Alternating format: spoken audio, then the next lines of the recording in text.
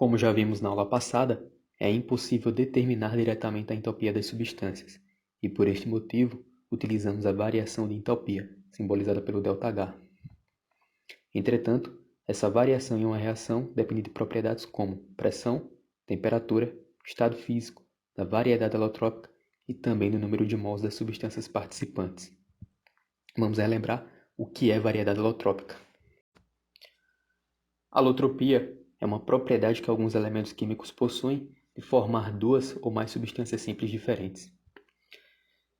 Substâncias simples são aquelas formadas por um único tipo de elemento. Por exemplo, o oxigênio possui duas variedades alotrópicas, o gás oxigênio O2 e o ozônio O3. A única diferença é que no gás oxigênio temos dois átomos de oxigênio ligados entre si, enquanto o ozônio possui três átomos de oxigênio formando moléculas triatômicas. O carbono possui duas variedades alotrópicas naturais, que são a grafita e o diamante. O enxofre possui dois alótropos, o enxofre rômbico e o monoclínico, que possuem a mesma fórmula molecular, diferindo apenas no arranjo espacial de seus átomos no retículo cristalino. Como a variação de entalpia depende de várias condições, foi estabelecido um referencial para a realização de comparações. As entalpias serão avaliadas em relação a uma mesma condição, a condição padrão ou estado padrão.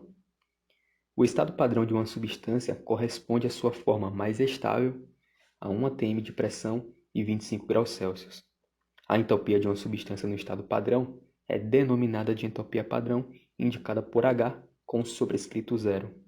Por convenção, todas as substâncias simples, no estado padrão e na sua forma alotrópica mais estável, têm entalpia igual a zero. Por exemplo, as substâncias simples como gás hidrogênio, gás oxigênio, no estado padrão, possuem entalpia H igual a zero. Vimos que a entalpia de uma substância ou de um elemento varia de acordo com propriedades como pressão, temperatura, estado físico e variedade alotrópica. Logo, devemos indicar na equação termoquímica a variação de entalpia, a temperatura e a pressão nas quais a reação ocorreu, os estados físicos de todas as substâncias ou elementos participantes da reação e, caso existam, as variedades alotrópicas. Por exemplo, temos a seguinte equação termoquímica representando a formação de um mol de CO2 a partir das substâncias simples, grafite e O2. Note que nesta equação termoquímica temos indicado a variação de entalpia, os estados físicos de todos os participantes, as variedades alotrópicas e a temperatura e pressão nas quais a reação ocorreu. Uma interpretação para essa equação termoquímica é: a 25 graus Celsius e 1 atm, um mol de grafite reage com um mol de gás oxigênio, produzindo um mol de gás carbônico e liberando 394 kJ de energia.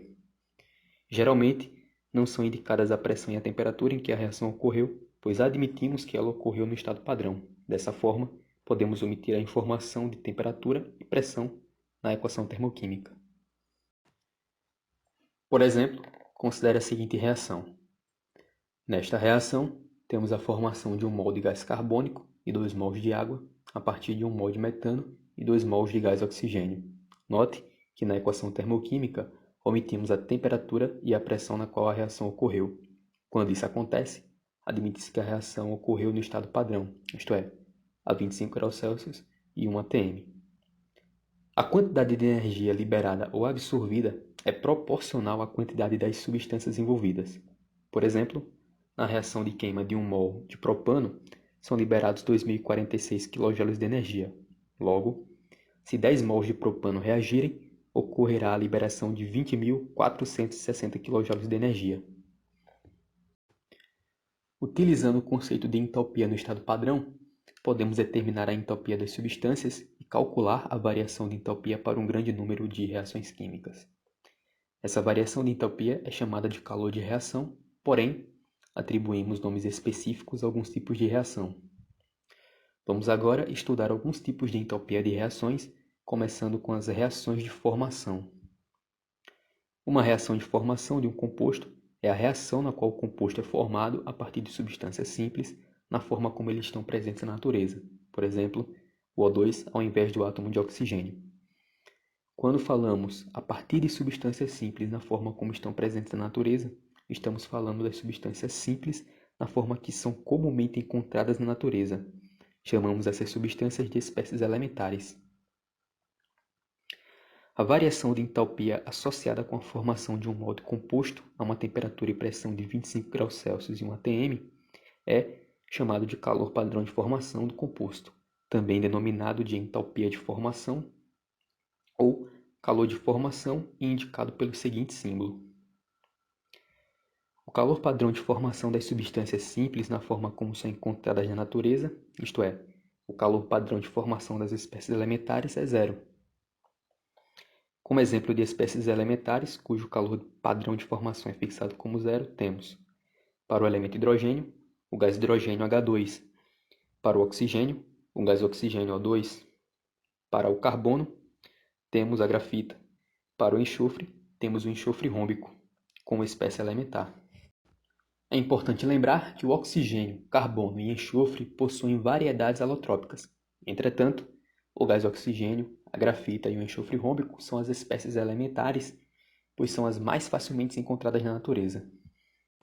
Agora, vamos representar as equações termoquímicas que caracterizam a formação de algumas substâncias. Considere a seguinte reação de formação. Nesta equação termoquímica, temos a formação de um molde de água líquida a partir das espécies elementares H2 e O2. Observe que nesta reação há a liberação de 286 kJ de energia. Esta variação de entalpia é denominada de entalpia ou calor de formação da água. Na seguinte equação termoquímica, temos a formação de um molde de ácido sulfúrico líquido a partir dos constituintes elementares H2, O2 e enxofre rômbico. Nesta reação de formação, podemos observar que há a liberação de 813 kJ de energia, valor que corresponde ao calor de formação do ácido sulfúrico líquido.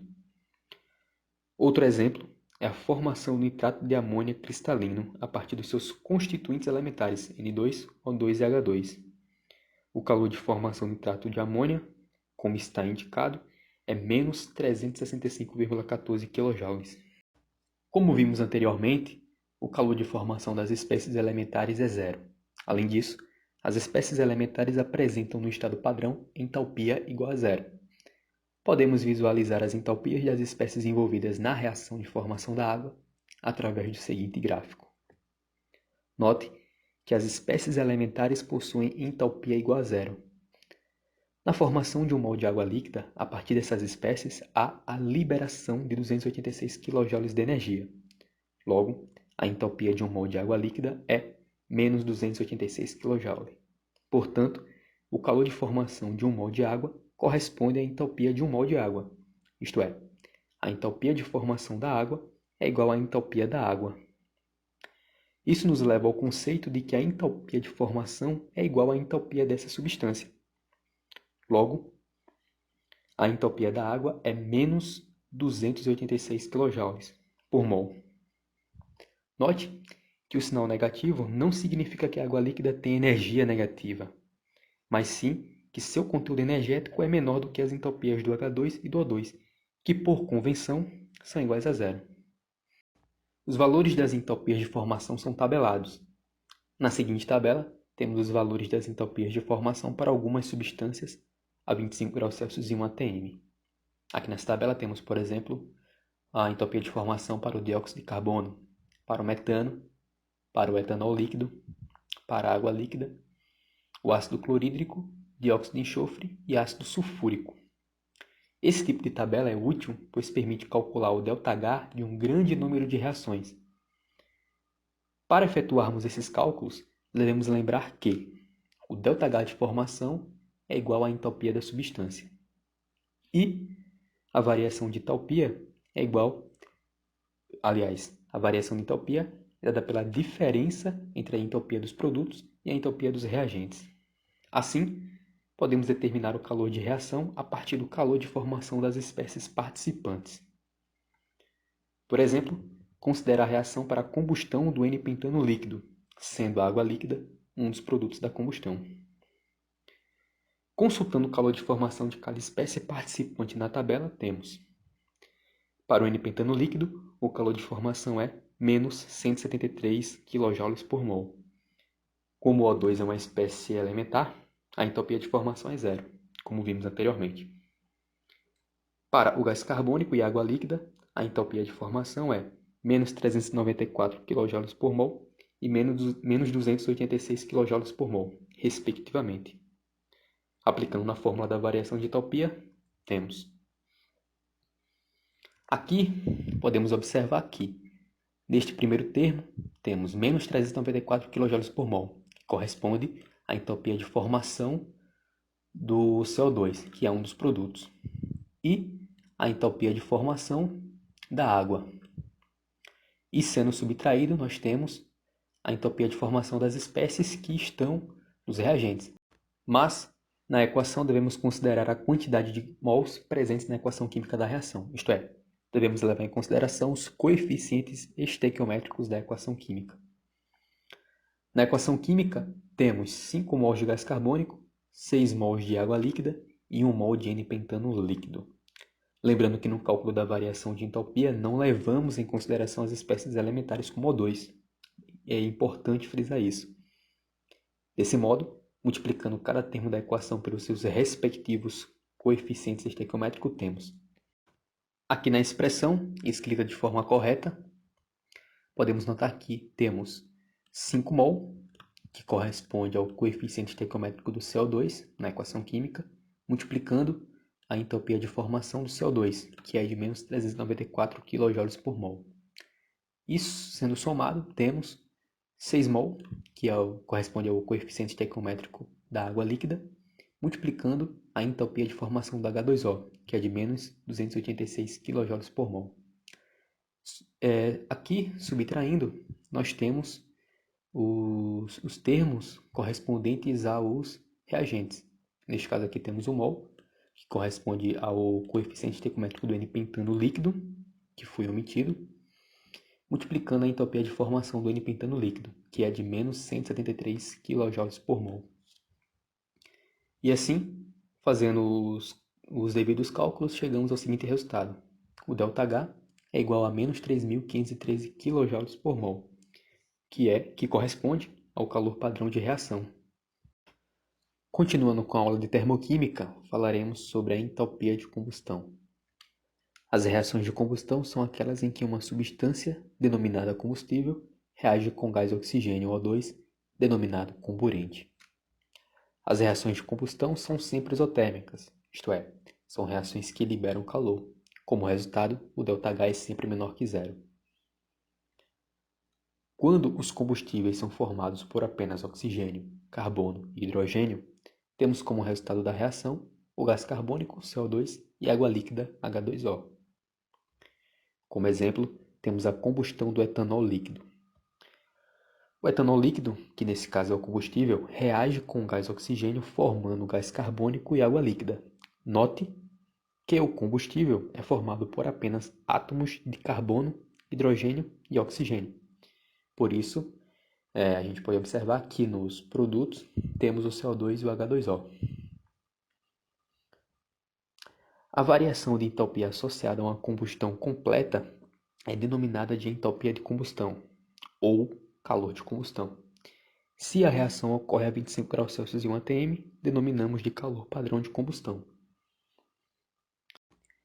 O etanol líquido possui calor padrão de combustão de menos 1.368 kJ por mol. Isto significa que na combustão completa de 1 mol de etanol líquido ocorre a liberação de 1.368 kJ de energia. Como exemplo, considere a combustão completa do propano, onde o calor padrão de formação é dado para cada espécie participante da reação. Nesta reação, temos 1 mol de propano reagindo com 5 mols de O2, formando 3 mols de gás carbônico e 4 mols de água líquida. Para o cálculo do calor padrão de combustão, a partir das entalpias de formação de cada espécie participante, usamos a seguinte fórmula que já foi vista anteriormente. Expandindo essa expressão, obtemos. Nesta expressão, o primeiro termo, como já vimos na expressão aqui acima, é dedicado às espécies participantes que estão nos produtos. E esse segundo termo, no lado direito, nós temos as espécies participantes que são dos reagentes. Aqui nesse primeiro termo, esse A corresponde ao coeficiente estequiométrico do CO2, que está multiplicando a entropia de formação do gás carbônico. E sendo somado, temos o coeficiente estequiométrico da água, que aparece aqui na expressão, multiplicando a entropia de formação da água. E neste termo temos as espécies reagentes, né? No caso, o O2 não entra, pois, como já vimos, é uma espécie elementar e não é considerado no cálculo. Esse C é o coeficiente estequiométrico do propano, que multiplica a entalpia de formação do propano. Substituindo os valores na expressão, temos. Note, como já falamos anteriormente, que esse primeiro termo ele refere-se às espécies que estão nos produtos e, subtraindo, temos as espécies dos reagentes. Aqui temos 3, que refere-se ao coeficiente estequiométrico do CO2, multiplicando a entropia de formação do CO2. Aqui temos 4, que refere-se ao coeficiente estequiométrico da água, multiplicando a entropia de formação da água. E deste lado temos a entropia de formação do propano sendo multiplicada pelo coeficiente estequiométrico do propano. E como resultado temos o ΔH é igual a menos 2.222,2 kJ por mol. Este valor refere-se ao calor padrão de combustão para o propano. Agora, falaremos sobre as variações de entalpia em reações de neutralização. Neutralização é a reação que ocorre entre o íon H+, liberado por um ácido, e o íon OH-, liberado por uma base, formando água. Podemos representar a reação de neutralização através da seguinte equação termoquímica. 1 mol de água líquida sendo formada a partir de 1 mol de íons H+, e 1 mol de íons OH-. Sabemos que ácidos e bases fortes estão totalmente dissociados no meio. É possível verificar experimentalmente que na reação entre um ácido forte e uma base forte ocorre a liberação de 57,7 kJ de energia a cada mol de água líquida formada. Daí vem o conceito de entalpia de neutralização.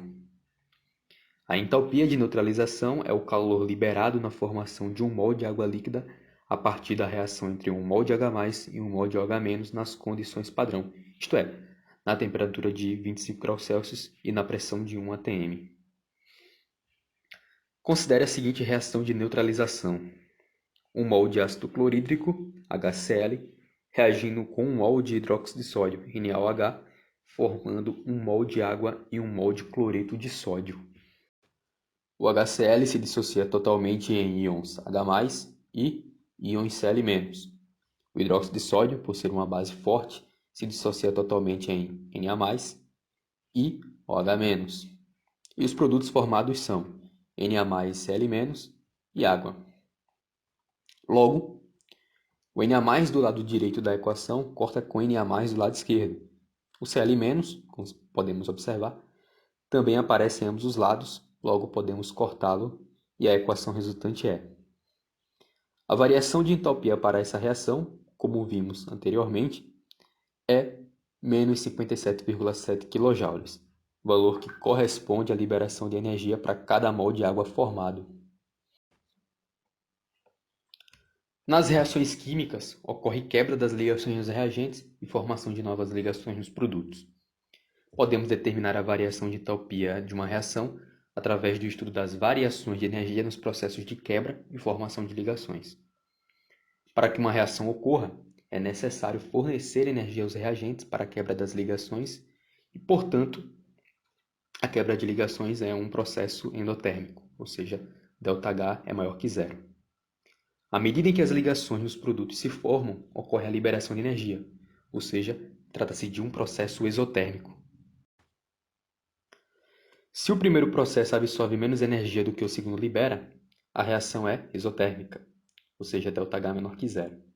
As moléculas dos produtos têm uma energia interna menor e, portanto, uma entalpia menor do que as moléculas dos reagentes. Por outro lado, se é liberada menos energia na formação das ligações dos produtos do que é absorvida pela quebra das ligações dos reagentes, a reação é, portanto, endotérmica.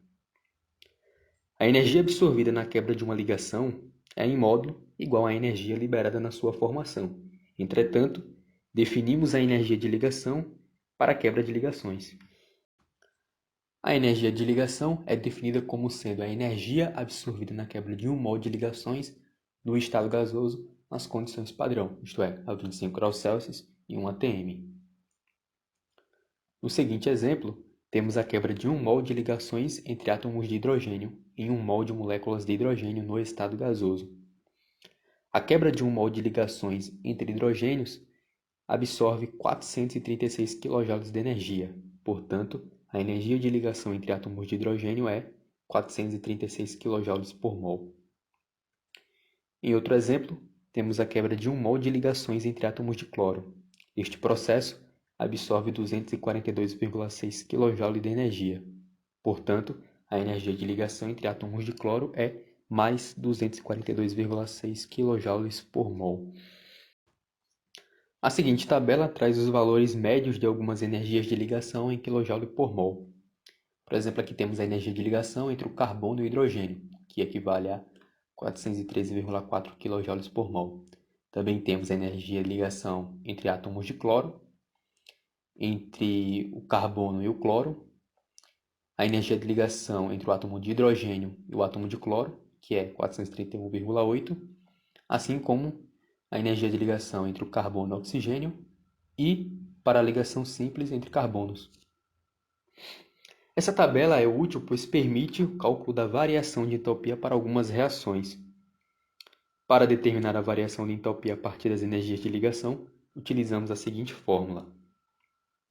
A variação de entalpia é dada pela soma das energias para quebrar cada ligação nos reagentes, menos a soma das energias liberadas na formação de cada ligação no produto. Considere a seguinte reação. Podemos visualizar melhor as ligações envolvidas da seguinte forma. Note que na molécula de metano temos 4 ligações carbono-hidrogênio, portanto, em 1 mol de metano temos 4 mols de ligações carbono-hidrogênio. Cada molécula de cloro possui uma ligação cloro-cloro, logo, na reação temos 3 mols de ligação cloro-cloro. Nesse sentido, podemos observar que nos produtos temos 1 mol de ligações carbono-hidrogênio, 3 mols de ligações carbono-cloro e 3 mols de ligações hidrogênio-cloro. Temos na seguinte tabela as energias de ligação envolvidas nesta reação. Por exemplo, aqui a energia de ligação para o carbono-hidrogênio é a energia de ligação entre átomos de cloro, entre átomos de cloro e carbono, e entre os átomos de hidrogênio e cloro. Para a reação ocorrer, é necessária a quebra de 4 mols de ligações carbono-hidrogênio e a quebra de 3 mols de ligações cloro-cloro. A quebra de 4 mols de ligações carbono-hidrogênio exige a absorção de 1.653,6 kJ de energia, pois cada energia de ligação carbono-hidrogênio envolve a absorção de 413,4 kJ. Multiplicado por 4, resulta no valor de 1.653,6 kJ. A quebra de 3 mols de ligação cloro-cloro exige a absorção de 727,8 kJ, pois cada mol de ligação absorve 246,6 kJ. Como temos 3 mols, é necessário 727,8 kJ. Logo, somando as energias de quebra das ligações, é necessário, portanto, fornecer aos reagentes 2.381,4 kJ para efetuar a quebra de todas as ligações das espécies dos reagentes. Nos produtos, temos a formação de 1 mol de ligações carbono-hidrogênio, liberando 403,4 kJ. Note que, no caso da formação de ligação, o valor da entalpia, aliás, o valor da energia de ligação é negativo, pois se trata de um processo que libera energia. Também temos a formação de 3 mols de ligações carbono-cloro, liberando 981,6 kJ. Note que cada mol de ligação carbono-cloro libera 327,2 kJ. Por fim, temos a formação de 3 mols de ligações hidrogênio-cloro. Cada mol de ligação libera 431,8. Logo, é liberado 1.295,4 kJ na formação de 3 mols de ligação. A energia liberada na formação das ligações é a soma das energias liberadas na formação de cada ligação, isto é, somando as energias liberadas na formação das ligações nos produtos, a energia total liberada é menos 2.690,4 kJ. Somando as energias absorvidas na quebra e as energias liberadas na formação, temos o seguinte valor. Este primeiro termo aqui, ele se refere às energias absorvidas na quebra das ligações nos reagentes, enquanto que este termo, com sinal negativo, se refere às energias liberadas na formação das novas ligações nos produtos. Assim, a variação de entropia para essa reação é menos 309 kJ.